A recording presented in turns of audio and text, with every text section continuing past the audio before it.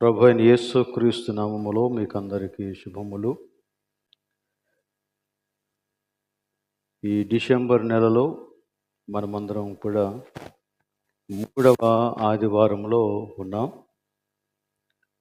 Christmas కార్యక్రమాలు ప్రారంభమై అవి ఉధృతంగా జరుగుతూ ఉన్నాయి. ఈ వారంలోనైతే ఇంకా ఎక్కువ కార్యక్రమాలు ఉన్నాయి మన భీమిలిలో. ప్రతి కార్యక్రమం కూడా యేసు క్రీస్తుని మహిమపరిచేలాగా, అనేక మంది ప్రభువుని తెలుసుకునేలాగన, రక్షించబడలాగన మనం ప్రార్థన చేయవలసిన అవసరత ఎంతైనా ఉంది. అలానే నిర్వహించే వారి కోసం ప్రార్థన చేయాలి. మరి విశేషంగా వాక్య పరిచర్య చేసేటువంటి సేవకుల కోసం ప్రార్థన చేయాలి. ప్రతి చోట దేవుడే మహిమపరచబడాలి. ఈ క్రిస్మస్ దినాల్లో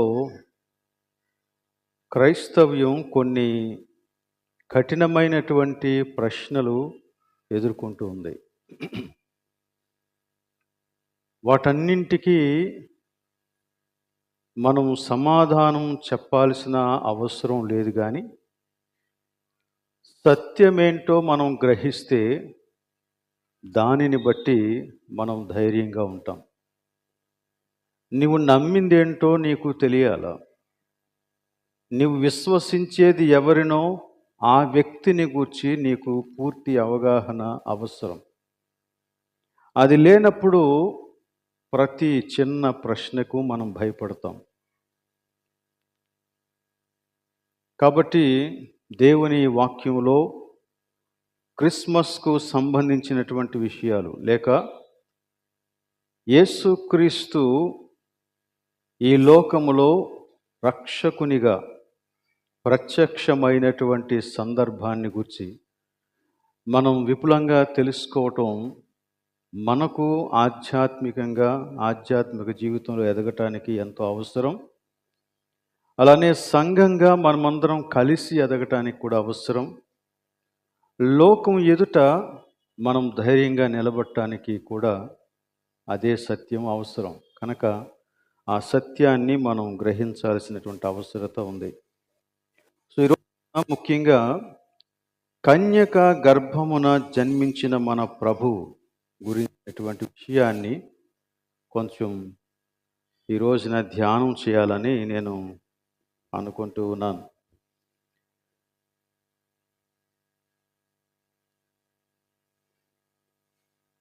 కన్యక మరియ గర్భమున జన్మించినటువంటి యేసు జన్మ రహస్యాన్ని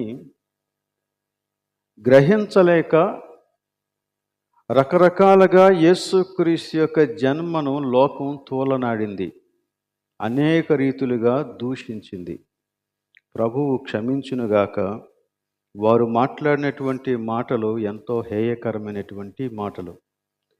అయినప్పటికీ కూడా ఈ విషయంలో నీవు నేను భయపడాల్సినటువంటి అవసరం లేదు. అసలు యేసు కన్యక గర్భమున ఉదయించటానికి కారణం ఏంటి అనే సంగతిని ఈ రోజున మనం తెలుసుకోబోతూ ఉన్నాం. తిమోతికి వ్రాసినటువంటి పత్రిక ధ్యానాలను కొనసాగిస్తూనే ఈ విషయాన్ని మనం ధ్యానం చేస్తాం. కాబట్టి తిమోతికి వ్రాసినటువంటి మొదటి పత్రిక, అందులో ఉన్నటువంటి 6 అధ్యాయాలలో మనం 3 అధ్యాయాలు ఇంచుమించుగా ధ్యానం చేసాం. చివరిలో ఉన్నాం, 3వ అధ్యాయం చివరిలో. మొదటి అధ్యాయంలో మనం జ్ఞాపకం ఉంచుకోవలసినటువంటి ఒక ప్రాముఖ్యమైనటువంటి సత్యం ఉంది. ఉపదేశ సారము మనం జ్ఞాపకం చేసుకోవాలా. దేవుని యొక్క వాక్యం అంతా ధ్యానించిన తరువాత, దేవుని వాక్యమంతా విన్న తరువాత, బోధించిన తరువాత దాని యొక్క సారాన్ని మనము గనక కలిగి ఉండకపోతే ఆ బోధంతా వ్యర్థమైపోతుంది. ఇంతకీ ఉపదేశ సారం ఏంటి? ఉపదేశ సారం ఏంటంటే, పవిత్ర హృదయము నుండి, మంచి మనస్సాక్షి నుండి, నిష్కపటమైన విశ్వాసము నుండి కలుగు ప్రేమయే. ఇది సారం, ఉపదేశ సారం. కనుక దీని విషయంలో మనం నిరంతరము ఎదుగుతూ ఉండాలా. ఉపదేశ సారము మన యొక్క జీవితాలను బలపరచాల. అలానే 2వ అధ్యాయంలో మనం నేర్చుకున్నటువంటి అతి ప్రాముఖ్యమైన మరో సంగతి ఏంటంటే, క్రైస్తవ సంఘము సౌవార్తిక సంఘము. క్రైస్తవ సంఘము సౌవార్తిక సంఘము అనగా సువార్తను వెదజల్లేటువంటి సంఘము, సువార్తను నమ్మినటువంటి సంఘము, యేసు క్రీస్తు ద్వారానే లోకానికి రక్షణ అని నమ్మినటువంటి సంఘము. అదే విషయాన్ని మనము ప్రకటిస్తూ దాని కొరకు నిలబడాలి. ఒకవేళ క్రైస్తవ సంఘం సౌవార్తిక సంఘం అయితే అందులో ఉన్నటువంటి పురుషుల ప్రవర్తన ఎలా ఉండాలి, స్త్రీల ప్రవర్తన ఎలా ఉండాలి అనే సంగతిని 2వ అధ్యాయంలో మనం ధ్యానం చేస్తాం. ఇక 3వ అధ్యాయంలోనికి వచ్చినప్పుడు చాలా గట్టిగా ఒక విషయాన్ని బోధించాడు. అదేంటంటే సంఘ నాయకత్వాన్ని గురించి. ఈ నాయకత్వాన్ని గురించి దేవుడు కోరుకున్నటువంటి నాయకత్వాన్ని గురించి చాలా వివరంగా మనం ధ్యానం చేస్తాం. ఇందులో ఉన్నటువంటి ప్రతి లక్షణాన్ని ఇంచుమించుగా మనం ధ్యానం చేస్తాం. అసలు దేవుడు ఎందుచేత ఇటువంటి నాయకత్వాన్ని అనగా సామర్థ్యం కంటే గుణశీలానికే ఎక్కువ ప్రాముఖ్యతనిచ్చేటువంటి నాయకత్వాన్ని ఎందుకు కోరుకున్నాడు దేవుడు అనే విషయాన్ని ఈ రోజున మనం చూడబోతున్నాం. దీనికి చాలా బలమైన కారణం ఉంది. బలమైన కారణాన్ని ఆ క్రింద వచనాలలో చెప్పాడు. ఈరోజు మనం చదువుకున్నటువంటి వాక్య భాగం తిమోతికి రాసిన మొదటి పత్రిక 3వ అధ్యాయం 14 నుంచి 4వ అధ్యాయం 5వ వచనం వరకు చదువుకున్నాం. 14, 15, 16 వచనాలలో అసలు క్రైస్తవ సంఘం ఎలా ఉండాలి అనే విషయాన్ని మాట్లాడుతూ, క్రైస్తవ సంఘం ఉండాల్సినటువంటి రీతిగా ఉండకుండా పాడైపోయేటువంటి పరిస్థితులు ఏంటి అనే దానిని 4వ అధ్యాయంలో వివరించాడు. సంఘాన్ని గురించి మాట్లాడుతూ చాలా చక్కని సంగతి ఒకటి చెప్పాడు. 15వ వచనం చివరిలో మనం చూస్తాం. ఆ సంఘము సత్యమునకు స్తంభమును ఆధారమునై ఉన్నది. ఇది మనం జ్ఞాపకం చేసుకోవాల్సినటువంటి విషయం. సంఘము దేని కొరకు నిలబడాలి, సంఘము దేనిని సపోర్ట్ చేయాలి, లేక సంఘము దేనిని కాపాడాలి, దేనిని భద్రపరచాలి, దేనిని జాగ్రత్తగా చూసుకోవాలి, దేనిని పాడైపోకుండా చూసుకోవాలి అనే సంగతిని గురించి అక్కడ మాట్లాడాడు. సంఘాన్ని గురించి మాట్లాడినప్పుడు ఒక మాట చెప్పాడు ఆయన. సంఘము జీవము గల దేవుని సంఘము. సంఘము దేవుని సంఘము. ఆ దేవుడు ఎవరో తెలుసా? జీవము కలిగినటువంటి వాడు, జీవము కలిగిన దేవుని సంఘం ఇది. మనము నిర్జీవమైన దేవునిని సేవించువారం కాదు, జీవము కలిగినటువంటి దేవుణ్ణి సేవిస్తూ ఉన్నాం. అనగా దేవుడు మాట్లాడతాడు, దేవుడు క్రియలు చేస్తాడు, దేవుడు ఆజ్ఞాపిస్తాడు, దేవుడు నియంత్రిస్తాడు, దేవుడు తన మాట చొప్పున సంఘం చేయాలని కోరుకుంటాడు. మన దేవుడు నిర్జీవమైన వాడు కాడు, జీవము కలిగినటువంటి వాడు. జీవము కలిగినటువంటి దేవుణ్ణి సేవిస్తూ ఉన్నటువంటి సంఘము ఆ దేవునికి అన్ని విధాల విధేయత కలిగి ఉండాలన్నది దేవుని యొక్క ఉద్దేశం. కనుక జీవము కలిగినటువంటి దేవుని సంఘం సత్యమునకు స్తంభమును ఆధారమునై ఉన్నది. నువ్వు దేని కొరకు నిలవాలో నీకు తెలియాలా. నువ్వు దేని కొరకు ఈ లోకంలో జీవించాలో నీకు తెలియాలా. సత్యాన్ని నువ్వు ఎత్తి పట్టుకోవాలా. స్తంభాలు ఎలాగైతే బిల్డింగ్ని ఎత్తి పట్టుకుంటాయో అదే రీతిగా సంఘము సత్యాన్ని ఎత్తి పట్టుకోవాలా. సత్యాన్ని మొయ్యాల, సత్యాన్ని ఊరేగించాల, సత్యాన్ని లోకమంతటికి తెలిసేలాగా చూపించాల. సత్యాన్ని ఎత్తి పట్టుకున్నప్పుడు జనులు అనేకులుగా, గుంపులుగా, సమూహాలుగా లోపలికి పరిగెత్తి వచ్చే రక్షణ పొందుతారు. అందుకొరకే దేవుడు సంఘాన్ని నియమించాడు. కాబట్టి అసలు ఇంతకీ ఈ సత్యం అంటే ఏంటి? ఈ సత్యాన్ని గురించి అనేక మంది అనేక రకాలుగా అన్వేషణ చేశారు. క్రీస్తు పూర్వం గ్రీకు తత్వవేత్త ఒక ఆయన ఉన్నాడు. ఆయన పేరు అరిస్టాటిల్. 322 ఆ ప్రాంతంలో ఆయన జీవించి ఉన్నాడు. ఆయన చాలా శాస్త్రాలలో ప్రవీణుడు. అతను కూడా సత్యాన్ని గురించి మాట్లాడాడు. సత్యాన్ని గురించి చాలా సింపుల్గా మాట్లాడాడు. ఎలా మాట్లాడాడంటే, సత్యం అంటే ఉన్నది ఉన్నట్టుగా చెప్పడం, లేనిది లేనట్టుగానే చెప్పడం. ఉన్నది లేనట్టుగా కానీ లేనిది ఉన్నట్టుగా కానీ చెబితే అది సత్యము కాదు అన్నాడు. చాలా సింపుల్గా. అతనికి నిజానికి సత్యం ఎంతవరకు అర్థమైందో మనకు తెలియదు కానీ బట్ ఆ స్టేట్మెంట్ చేశాడు. అలాగనే యేసుక్రీస్తు పిలాతు ఎదుట నిలవబడినప్పుడు పిలాతు అతనిని విమర్శిస్తూ ఉండగా యేసు తనను గురించి తాను చెప్పుకుంటూ, నేను సత్యమునకు సాక్షిగా వచ్చాను అన్నాడు. సత్యమును గూర్చి సాక్ష్యము చెప్పుటకు నేను వచ్చాను అన్నాడు. అప్పుడు పిలాతు కూడా అదే ప్రశ్న వేశాడు, సత్యం అనగా ఏమిటి? కానీ సమాధానం కొరకు పిలాతు చూడలేదు. తర్వాత సబ్జెక్ట్ మారిపోయింది, వేరే వైపు వెళ్ళిపోయాడు. అయితే యేసుక్రీస్తు చాలా స్పష్టంగా సత్యాన్ని గురించినటువంటి విషయాలు చెప్పాడు. యోహాను సువార్త 14వ అధ్యాయం 6వ వచనం మీకు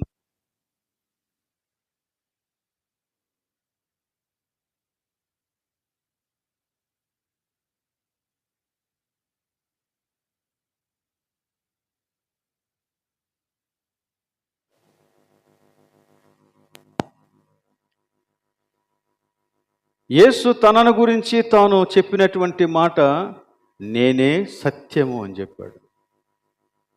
అదే యోహాను 1వ అధ్యాయంలో 14వ వచనంలో మాట్లాడతాడు కదా, ఆ వాక్యము శరీరధారియే కృప సత్య సంపూర్ణుడిగా మన మధ్య నివసించెను. అంటే ఇక్కడ సత్యము అంటే ఏంటి? సత్యం అంటే యేసుక్రీస్తే. దీనినే ఇంకొక మాటలో ఈ తిమోతి పత్రికలో ఏం చెప్పాడంటే, దైవ భక్తిని గూర్చినటువంటి మర్మం ఇది అన్నాడు. దైవ భక్తిని గూర్చినటువంటి మర్మము, దైవ భక్తిని గూర్చినటువంటి మర్మము యేసుక్రీస్తు. నీ భక్తి జీవితానికి మర్మము యేసుక్రీస్తు, లేక నీ విశ్వాసానికి మూలం యేసుక్రీస్తు. యేసుక్రీస్తు కాకుండా ఇంకా దేనిని సేవించినా అది బైబిల్లో చెప్పినటువంటి విశ్వాసం కాదు. ఈ 4వ అధ్యాయంలో దానిని గురించే హెచ్చరించాడు. కొందరు ఏం చేస్తున్నారు? 4వ అధ్యాయం 1వ వచనం చూడండి. అయితే కడవరి దినములలో కొందరు అబద్ధికుల వేషధారణ వలన మోసపరుచు ఆత్మల యందును దయ్యముల బోధయందును లక్ష్యముంచి విశ్వాస భ్రష్టులగుదురని ఆత్మ తేటగా చెప్పుచూ ఉన్నాడు. వారి బోధ ఏంటి? ఆ అబద్ధికులు వాత వేయబడిన మనస్సాక్షి గలవారై వివాహమును నిషేధించుచు సత్య విషయమై అనుభవ జ్ఞానము గల విశ్వాసులు కృతజ్ఞతాస్థుతులు చెల్లించి పుచ్చుకొని నిమిత్తము దేవుడు సృజించిన ఆహార వస్తువులను కొన్నింటిని తినుట మానవులనని చెప్పుదురు. ఇది వారి యొక్క బోధ. అనగా క్రైస్తవ విశ్వాసంలో నుండి యేసుక్రీస్తు అనే సత్యాన్ని కనుమరుగు చేసేసి కొన్ని ఆచారాలతో క్రైస్తవ్యాన్ని నింపేసి మీరు ఇలా చేస్తే అదే భక్తి అని బోధిస్తున్నారన్నమాట. మీరెన్ని చేయండి, మైనస్ యేసుక్రీస్తు ఈజ్ ట్రాష్, నథింగ్. కనుక మన భక్తిలో, మన విశ్వాసంలో యేసుక్రీస్తుకి ప్రథమ స్థానం ఉండాల. ఆ యేసుక్రీస్తుకి ప్రథమ స్థానం ఇస్తే అసలు ఆ యేసుక్రీస్తుని గురించి నీకు ఎంత తెలుసు? యేసుక్రీస్తుని గురించి నీకు తెలిస్తే ఆ యేసుని ఆధారంగా చేసుకొని జీవిస్తావే తప్ప, ఒకవేళ ఏ ఆచారమైనా ఏ పద్ధతి అయినా ఉంటే యేసుని బట్టి దానిని నీ విమర్శిస్తావు, లేక దానిని పరీక్షించి చూస్తావు. ఏ పద్ధతినైనా ఏ ఆచారాన్నైనా యేసుక్రీస్తుని తీసివేసి ఏ ఆచారాన్ని పెట్టినా అది మతమే అవుతుంది తప్ప అది యేసుక్రీస్తునందున్న విశ్వాసం కాదు. ఇక్కడ అదే జరిగింది. కొన్ని ఆచారాలు, కొన్ని పద్ధతులు. ఏంటి ఆచారాలు? ఇక్కడ రెండు గురించి చెప్పాడు. వివాహాన్ని నిషేధిస్తారంట, కొన్ని ఆహార వస్తువులు నిషేధిస్తారంట. కారణం ఏంటి? ఇలా చేస్తే మీరు పవిత్రులు అని మాట్లాడతారు. మరి వివాహం చేసుకున్న వారి సంగతి ఏంటి? వివాహం చేసుకున్న వారు సెకండ్ క్లాస్ సిటిజన్స్ లాంటి వాళ్ళు అన్నమాట. దేవుడు వారిని అంగీకరిస్తున్నాడు. వారు బలహీనులు, వారు పవిత్రులు కారు, కానీ దేవుడు కృపచేత వారిని అంగీకరిస్తాడు అని చెప్తారు అంతే. కానీ దేవుని యొక్క వాక్యం అలాంటి సంగతులు చెప్పడం లేదు. ఇది తినండి, ఇది తినకూడదు, ఇది తింటే మీరు పవిత్రులు, ఇది తినకపోతే మీరు పవిత్రులు, లేక ఇది కనుక తింటే మీరు అపవిత్రులు అయిపోతారు అనే విషయాలు బైబిల్ ఎక్కడా మాట్లాడడం లేదు. మీరేం చేసినా దేవుని యొక్క మహిమ కోసం చేయండి అనే మాట చాలామంది వక్రంగా కూడా అర్థం చేసుకున్నారు. వారు చేసే పని వారి స్వంత పని, స్వంత ఆచారం, సొంత పద్ధతి, కానీ యేసునామాన్ని ఉచ్చరిస్తే అది దేవుని యొక్క మహిమ అనేసుకుంటున్నారు.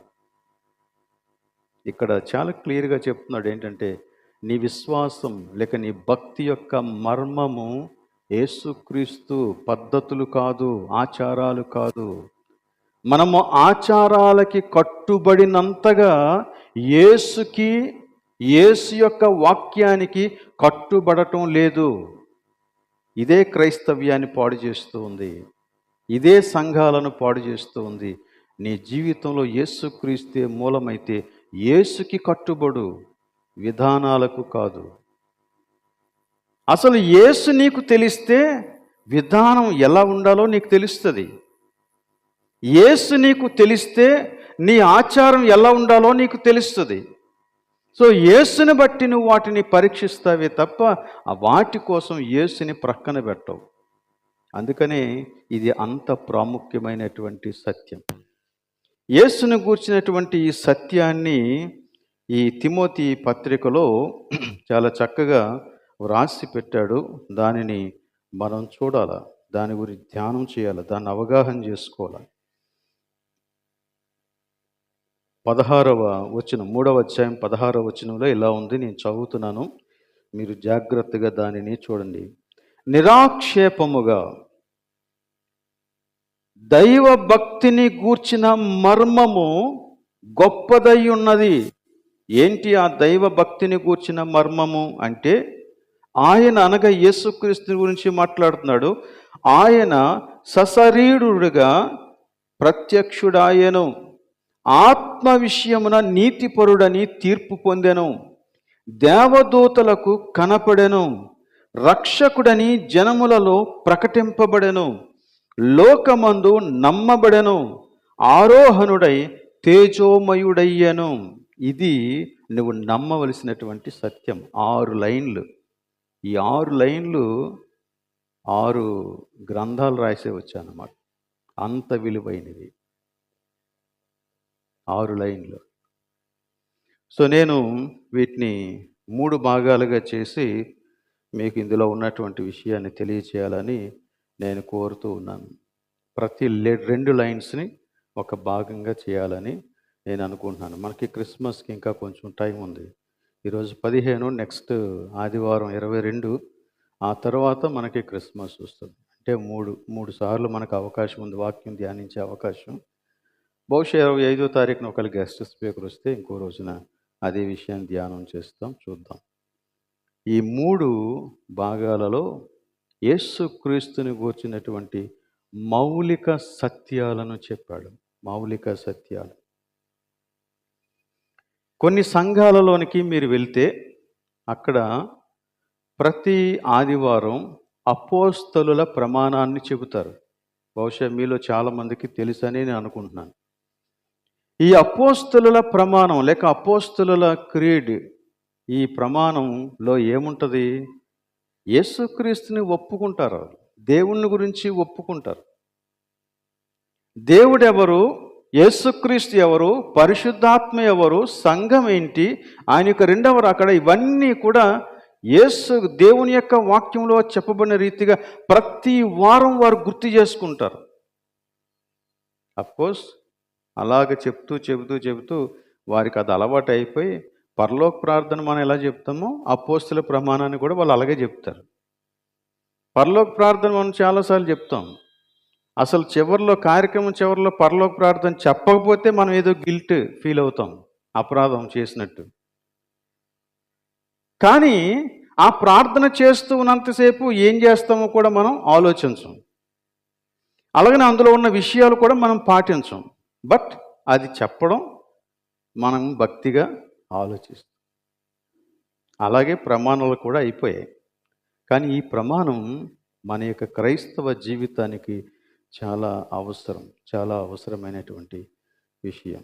3 భాగాలుగా ఎలా నేను డివైడ్ చేస్తూ ఉన్నానంటే, మొదటి 2 లైన్లు, ఆయన సశరీరుడుగా ప్రత్యక్షుడయ్యను, ఆత్మ విషయమున నీతిపరుడని తీర్పు పొందాను, అదొక భాగం. రెండవ భాగంలో దేవదూతలకు కనపడెను, రక్షకుడని జనములలో ప్రకటింపబడెను. మూడవ భాగంలో లోకమందు నమ్మబడెను, ఆరోహణుడై తేజోమయుడయ్యను అని మనం ధ్యానం చేద్దాం. బహుశా ఈ రోజున మొదటి భాగాన్ని చూద్దాం. ఈ మూడింట్లోనూ మనం చూస్తే ఆయన అనగా యేసుక్రీస్తు శరీరధారి, అదే సమయంలో నీతిపరుడు. లేక ఆయన మానవుడు, ఆయనలో పాపం లేదు అని 2 విషయాలు చెప్తున్నాడు. ఇదే మొదటి సంగతి. చూద్దాం. ఇది మన విశ్వాసానికి చాలా ప్రాముఖ్యమైనది కాబట్టి దీన్ని మనం తప్పకుండా ధ్యానం చేయాలి. యేసుక్రీస్తుని గురించిన మొదటి సత్యం, ఆయన శరీరంతో కనిపించాడు కానీ పాపరహితుడు. ఇక్కడ పుట్టెను అనే మాట వినియోగించలేదు, కానీ ప్రత్యక్షుడయ్యను అనే మాట వినియోగించాడు. అంటే కనిపించాడు. ఆయన తన్ను తాను బహిర్గతం చేసుకున్నాడు, తన్ను తాను బయలుపరుచుకున్నాడు, తన్ను తాను జనములకు కనపడేలాగానే చేసుకున్నాడు. ఎలా కనిపించాడు అంటే మానవ శరీరాకారంలో కనిపించాడు. మానవ శరీరాకారంలో కనిపించాడు. మానవ శరీరాకారంలో కనిపించినప్పటికీ కూడా ఆయన పాపము లేనివాడు, పాపరహితుడు. ఈ విషయాలని అర్థం చేసుకోవడం ఒక విధంగా కష్టమే. అసలు శరీరంతో ఉన్నవాడు పాపం లేకుండా ఎలా ఉండగలడు? చాలామంది యొక్క ప్రశ్న. శరీరంతో ఉన్నటువంటి వ్యక్తి పాపం లేకుండా ఎలా ఉండగలడు? అలాగనే బైబిల్లో మనం హెబ్రీ పత్రికలో చూస్తే ఆయన మన వంటి వాడు, సహోదరుల వంటి వాడు అని చెప్పబడింది 2వ అధ్యాయంలో. అలానే 4వ అధ్యాయంలో కూడా ఈ విషయాలు ఉంటాయి. మీరు తర్వాత చదువుకోండి. 2వ అధ్యాయం చివరిలోను 4వ అధ్యాయం చివరిలోనూ ఉంటాయి.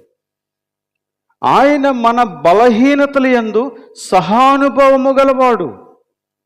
ఇంకొక మాట ఏం చెప్పాడంటే ఆయన మన వలెనే శోధింపబడెను. 3 సంగతులు. ఆయన మన వంటి వాడైపోయాడు ఒకటి. రెండవది, ఆయన మన బలహీనతల యందు సహానుభవము కలిగినటువంటి వాడుగా ఉన్నాడు. మూడవది, మన వలెనే అతడు కూడా శోధింపబడ్డాడు. ఆ తర్వాత అంతటితో వదిలేలేదండి. ఇంకా ముందుకెళ్ళి ఏం చెప్తుందంటే యట్ హీ వాజ్ సిన్లెస్ అని. అయినప్పటికీ అతడు పాపము లేనివాడు అంటున్నాను. అంటే మన వంటి వాడైపోయి, మన బలహీనతల యందు సహానుభవం గలవాడైపోయి, మన వల్లే శోధింపబడి కూడా పాపం లేనివాడుగా ఎలా ఉండగలిగాడు? ఈ విషయాన్ని మనం అర్థం చేసుకోవాలి. ఇది అర్థం చేసుకుంటే మనకు అసలు కన్యక మరియ గర్భాన దేవుడు ఎందుకు ఉదయించాల్సి వచ్చిందో అది మనకు అర్థమవుతుంది. ఇక్కడ యేసుక్రీస్తు శరీరంతో వచ్చినప్పుడు, లేక మన వంటి వాడయ్యాడు అని చెప్పినప్పుడు, మన బలహీనతలందు సహానుభవం గలవాడు అని చెప్పినప్పుడు, ఆయన మన వలనే శోధింపబడ్డాడు అని చెప్పినప్పుడు, శరీరానికి ఉండేటువంటి సహజ లక్షణాలన్నీ కూడా ఆయనకు ఉన్నాయి అని చెబుతుంది. శరీరానికి ఉండేటువంటి సహజ లక్షణాలు ఏంటి? ఆకలి ఉంది, దాహం ఉంది, అలసట ఉంది, నొప్పి తెలుస్తుంది, సుఖాన్ని కోరుకుంటుంది. ఇవన్నీ కూడా శరీరానికి ఉండే సహజమైనటువంటి లక్షణాలు. ఇందులో ఏది కూడా పాపం కాదు. ఆకలి పాపమా? దాహం పాపమా? నొప్పి పాపమా? సుఖం పాపమా? ఇవేవి పాపాలు కాదు. శరీరం యొక్క సహజమైనటువంటి గుణాలు ఇవన్నీ కూడా. శరీరంలో ఉన్న ఏ వ్యక్తికైనా ఇవన్నీ ఉండాల్సిందే. ఉండకపోతే వాడు మనిషి కాదు. యేసుక్రీస్తుకి ఆకలి వేసింది, యేసుక్రీస్తుకి దాహం వేసింది, యేసుక్రీస్తు భోజనం చేశాడు, యేసుక్రీస్తుకి నొప్పి తెలిసింది, యేసుక్రీస్తుకి వేదన తెలిసింది, యేసుక్రీస్తు అలసిపోయాడు. ఇవన్నీ కూడా జరిగాయి. యేసుక్రీస్తు నిద్రపోయాడు. శరీరంలో ఉన్నటువంటి ఈ లక్షణాలన్నీ కూడా యేసుక్రీస్తులో కనపడుతూ ఉన్నాయి. ఇవన్నీ ఉన్నాయి కాబట్టే అపవాది యేసుక్రీస్తుని శోధించటానికి ప్రయత్నం చేశాడు. ఆకలి వేసినప్పుడే కదా వచ్చాడు. వచ్చి ఈ రాళ్ళను రొట్టెలుగా చేసుకొని తినేయి అన్నాడు. శోధించాడు.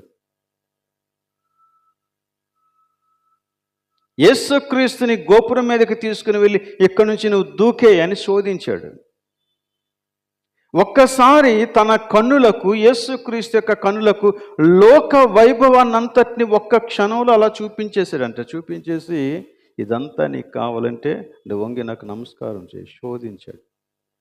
బట్ యేసుక్రీస్తు ఎక్కడా లొంగిపోలేదు.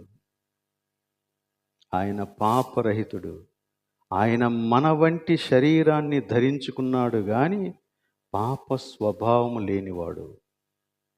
పాప స్వభావము ఆయనలో లేదు. ఆయన దేవుడు. ఆయన దేవుడు. కాబట్టి కన్య మరియ గర్భాన ఆయన పుట్టాడు. కన్య మరియం యొక్క గర్భాన్ని పుట్టినప్పుడు 2 సంగతులు మనకి అర్థం అవ్వాలి.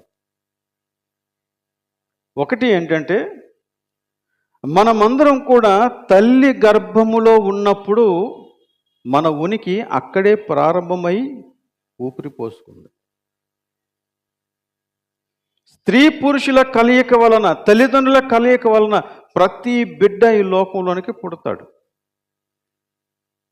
కానీ యేసుక్రీస్తు అలా పుట్టవలసిన అవసరం లేనివాడు. ఎందుకంటే ఆయన ఉనికి తల్లి గర్భములో ప్రారంభం కాలేదు.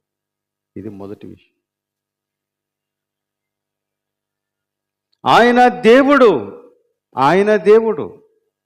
ఆయన ఉనికి తల్లి గర్భములో ప్రారంభం కాలేదు. నిజంగా లూకా సువార్తలో మొదటి అధ్యాయంలో మనం ఇందాక చదువుకున్నటువంటి ఆ వాక్య భాగాన్ని మనం గమనిస్తే అందులో చాలా చక్కని విషయాలు చెప్పాడు. లూకా ఒక డాక్టర్ గారు, ఆయన వైద్యుడు. ఆయనకు జీవశాస్త్రం తెలుసు, వైద్య శాస్త్రం కూడా తెలుసు. ఈ శాస్త్రంలో ఎదిగినటువంటి ఈ లూకా మరియను పరిచయం చేస్తూ ఎలా పరిచయం చేశాడంటే ఆమె కన్యక అని పరిచయం చేశాడు. ఆ తర్వాతే ఆవిడ పేరు చెప్పాడు.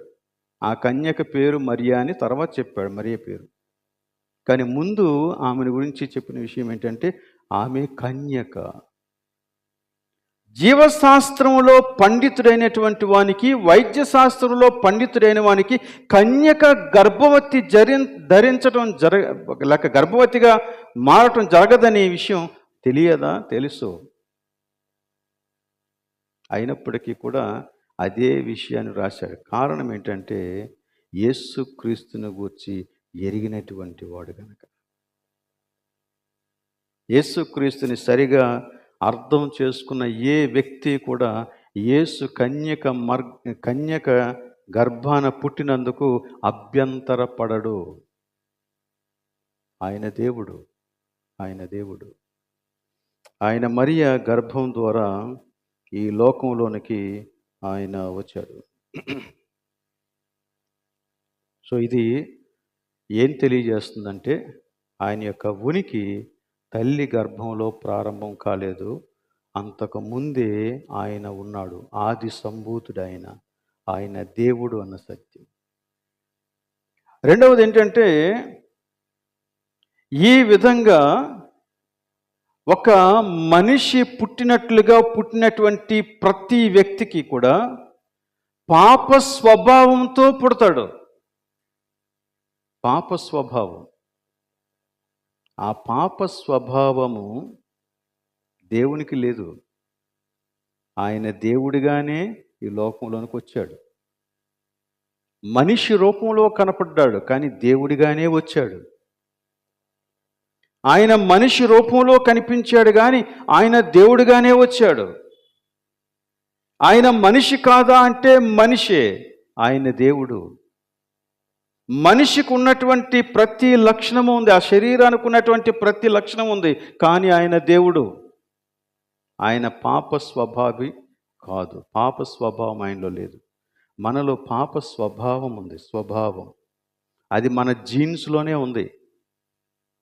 ఈ లోకంలో పుట్టినటువంటి ఏ వ్యక్తికి కూడా పాపం నేర్పించాల్సిన పని లేదు. నీతిగా ఉండడం ఎలాగో నేర్పించాలి.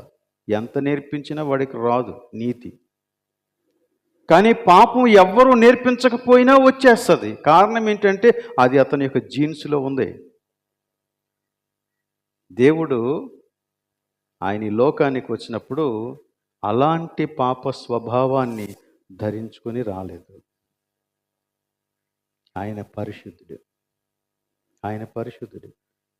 అయితే ఆయన మన పాపమంతటిని భరించాడు. అనగా మన పాపమంతటిని యేసుక్రీస్తు తన మీద వేసుకొని ఆయన దాని యొక్క శిక్షను భరించాడు.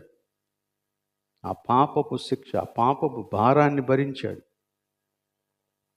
ఎందుకు అంటే మనలను విడిపించడం కొరకు. ఇందాక మనం పాడినటువంటి ఆ పాట అద్భుతమైనటువంటి పాట. ఏబి మాసిలమణి గారు రాసినటువంటి పాట. అందులో గొప్ప థియాలజీ ఉంది. పల్లవిలో ఏం చెప్పాడు? ఆ పల్లవిలో ఏం చెప్పాడంటే యేసుక్రీస్తు మనుజసుతుండు, యేసుక్రీస్తు దైవసుతుండు, యేసుక్రీస్తు దేవుడు. ఎంత క్లియర్గా చక్కగా చిన్న చిన్న మాటలతో మొత్తం థియాలజీ అంతా చెప్పేశాడు అన్నమాట. యేసుక్రీస్తు 50% దేవుడు, 50% మనిషి కాదు.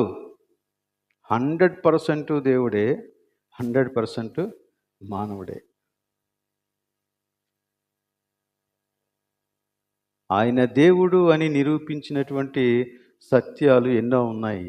ఒకటి, కన్యక మరియ గర్భమైతే, మరొకటి ఆయన పుట్టిన తర్వాత, ఆయన ఈ లోకంలోనికి వచ్చిన తర్వాత జరిగినటువంటి సంఘటనలన్నీ వస్తాయన్నమాట.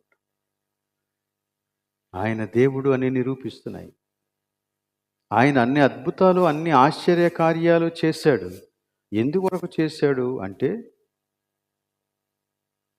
అవి సూచక క్రియలు అని యోహాను చెప్తున్నాడు.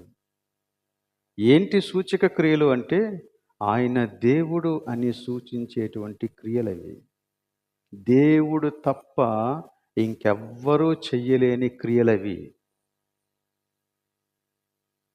కాబట్టి ఈ రోజున ఏ సేవకుడైనా, ఏ క్రైస్తవుడైనా, ఏ విశ్వాసి అయినా యేసు చేశాడు గనక అదే స్వస్థత నేను కూడా చేస్తాను అని అనటానికి లేదు.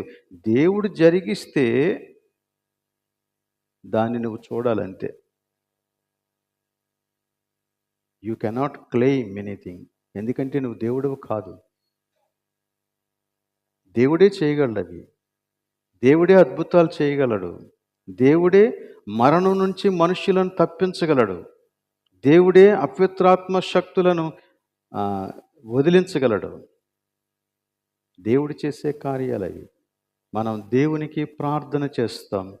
దేవుడి కార్యం చేస్తే దానిని బట్టి దేవుణ్ణి స్తుతిస్తూ, ఆరాధిస్తూ, సంతోషిస్తాం. అంతే తప్ప ఆ అద్భుతాలకు, ఆశ్చర్య కార్యాలకు మూలం మనం కాదు, దేవుడు. యేసుక్రీస్తు దేవుడు అన్న సత్యం ఇక్కడ మనకి చాలా చక్కగా రుజువు అవుతుంది. కాబట్టి ఈ సంగతిని ఈ రోజున మనం జ్ఞాపకం చేసుకోవాలి. ఈ ఒక్క సంగతి మనకి చాలు. అయితే ఆయన మన పాపమును భరించాడు గనకని ఆయన శిలువలో శ్రమ పొందాడు. ఆయన శిలువలో శ్రమ పొందాడు. మన పాపమంతా ఆయన మీద మోపబడినప్పుడు జరిగినటువంటి కార్యాన్ని గురించి మాట్లాడతాడు. ఒక్కసారి హెబ్రీ పత్రిక 4వ అధ్యాయం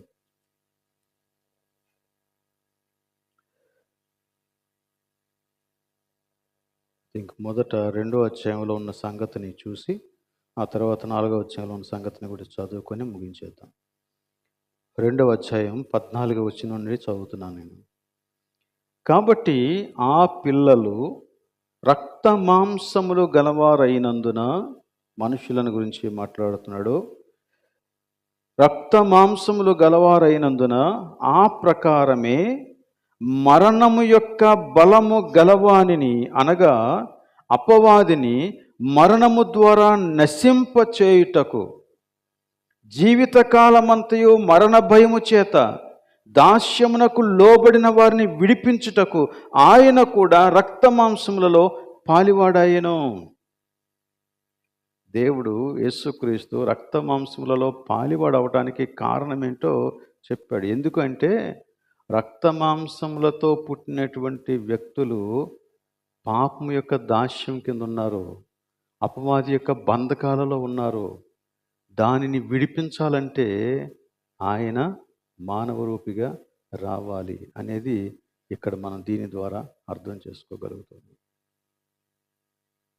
సో యేసుక్రీస్తు మానవ రూపిగా వచ్చి ఆయన చేసినటువంటి మరొక సంగతి ఏలయనగా, ఆయన ఎంత మాత్రమును దేవదూతల స్వభావమును ధరించుకొనక అబ్రహాము సంతాన స్వభావమును ధరించుకొని ఉన్నాడు. క్లియర్గా మరొకసారి అదే విషయాన్ని నిర్ధారించాడు. దేవదూతల స్వభావం కాదు, మానవ స్వరూపమే. ఇంకా అంటాడు, కావున ప్రజల పాపములకు పరిహారము చేయుటకై దేవుని సంబంధమైన కార్యములలో కనికరమును నమ్మకమును గల ప్రధాన యాజకుడు అగు నిమిత్తము అన్ని విషయములలో ఆయన తన సహోదరుల వంటి వాడు కావలసి వచ్చెను. It has become inevitable. ఆయన కావలసి వచ్చెను. తాను శోధింపబడి శ్రమ పొందాను గనుక శోధింపబడు వారికి సహాయం చేయగలవాడై ఉన్నాడు. ఇదే దీని కంటిన్యూషన్ 4వ అధ్యాయంలో 14వ వచనం నుండి మనం చూస్తాం. ఆకాశ మండలము గుండా వెళ్ళిన దేవుని కుమారుడని యేసు అని గొప్ప ప్రధాన యాజకుడు మనకు ఉన్నాడు గనుక మనం ఒప్పుకొనిన దానిని గట్టిగా చేపట్టుదము. మన ప్రధాన యాజకుడు అనగా యేసుక్రీస్తు మన బలహీనతల యందు మనతో సహానుభవము లేనివాడు కాడు గాని సమస్త విషయములలోనూ మన వలనే శోధింపబడినను ఆయన పాపము లేనివాడుగా ఉండెను గనుక మనము కనికరింపబడి సమయోచితమైన సహాయం కొరకు కృప పొందినట్లు ధైర్యంతో కృపాసనము వద్దకు చేరుదము. అంటే ఇప్పుడు దేవునికి మన యొక్క ఆకలి ఏంటో తెలుసు. యేసుక్రీస్తుకి మన యొక్క హృదయ స్పందనలేంటో తెలుసు. యేసుక్రీస్తుకి మనం శోధింపబడుతూ ఉన్నప్పుడు ఆ శోధన యొక్క బలమేంటో తెలుసు. యేసుక్రీస్తుకి హీ నోస్ ఎవ్రీథింగ్. ఎందుకంటే ఆయన మన వంటి స్వభావం కలిగినటువంటి వాడుగా, లేక ఈ శరీరాన్ని ధరించుకున్నటువంటి వాడుగా ఈ లోకంలో జీవించాడు. ఆయన శోధన అనుభవించాడు. శోధన యొక్క బలమేంటో, అపవాది మనుష్యులకు కలిగించేటువంటి అభ్యంతరాలేంటో ఇవన్నీ తెలుసు. మరణం అంటే మనుష్యులు భయపడి దేనికైనా లొంగిపోతారు అనేటువంటి విషయం కూడా తెలుసు. మరణదాస్యం కింద ఉన్నాం మనం. ఇంకొక విషయం కూడా దేవునికి తెలుసు. అదేంటంటే పాపాన్ని మనం జయించలేని అసమర్థులం. మనం ఎలా ఉంటామంటే నేను ఆడకూడదు అనుకుంటూనే ఆడేస్తాం. నేను చేయకూడదు అనుకుంటూనే చేసేస్తాం. నేను ఉండకూడదు అనుకుంటూనే అక్కడే ఉంటాం. ఇది మన యొక్క స్థితి.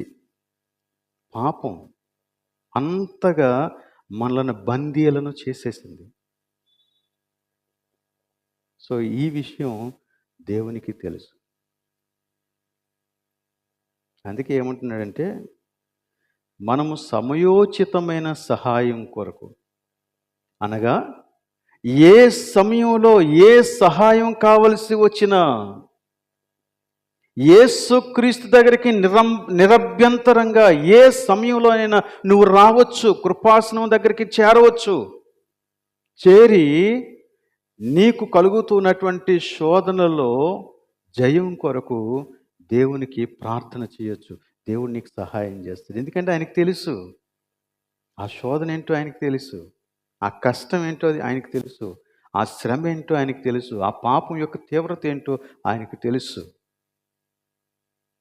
He knows, he understands.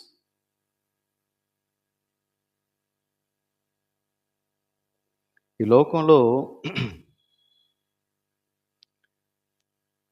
ఏది తెలుసుకోవాలన్నా దానికి ఒక మీటర్ ఉంది. ఉదాహరణకి జ్వరం తెలుసుకోవాలనుకోండి, థర్మామీటర్ పెడతాం.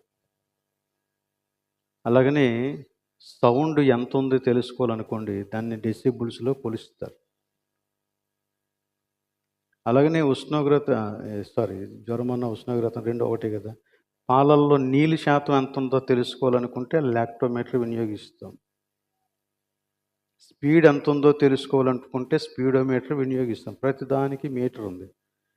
కానీ ఎదుటివానికి కలిగే నొప్పి తెలుసుకోవటానికి ఏదైనా మీటర్ ఉందా? లేదు. అది తెలియాలంటే నీకు అదే రకమైనటువంటి నొప్పి కలగాల. యేసుక్రీస్తుకి తెలుసు, అది ఆయనకి తెలుసు. ఆ నొప్పి ఏంటో ఆయనకి తెలుసు, ఆ శ్రమ ఏంటో ఆయనకి తెలుసు, ఆ శోధన ఏంటో ఆయనకి తెలుసు.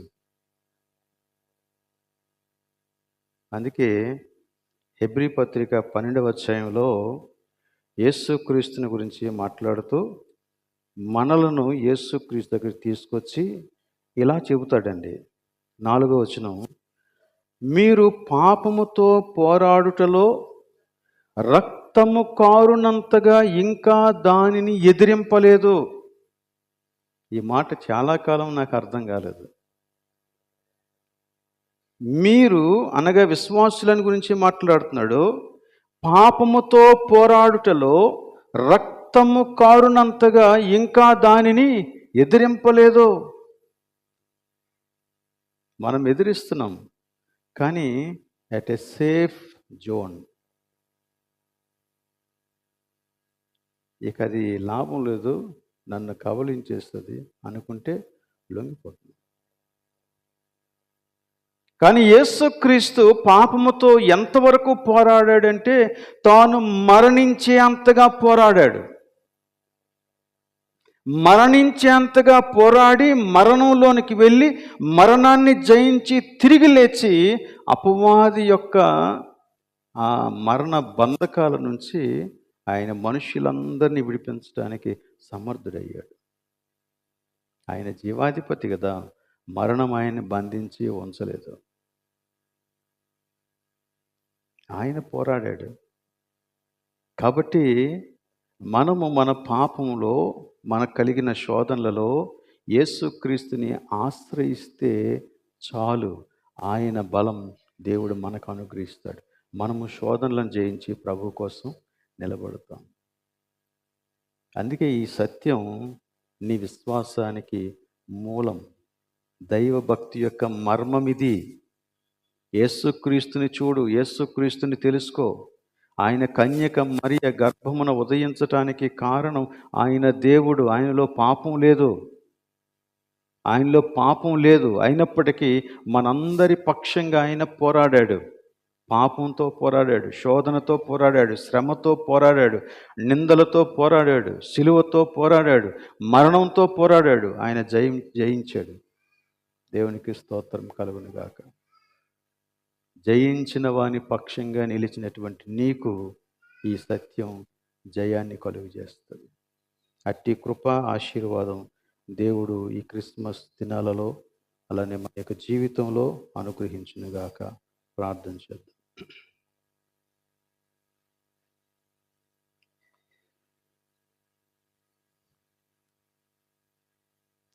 ప్రేమ కలిగిన మా ప్రభువా, నీకు వందనాలు. నిరాక్షేపముగా దైవ భక్తిని గూర్చిన మర్మము గొప్పది, ఉన్నతమైనది అని నీవు నేర్పిస్తూ ఉన్న ప్రతి పాఠాన్ని బట్టి ప్రభువానికి స్తోత్రం చెల్లించుకుంటూ ఉన్నాను.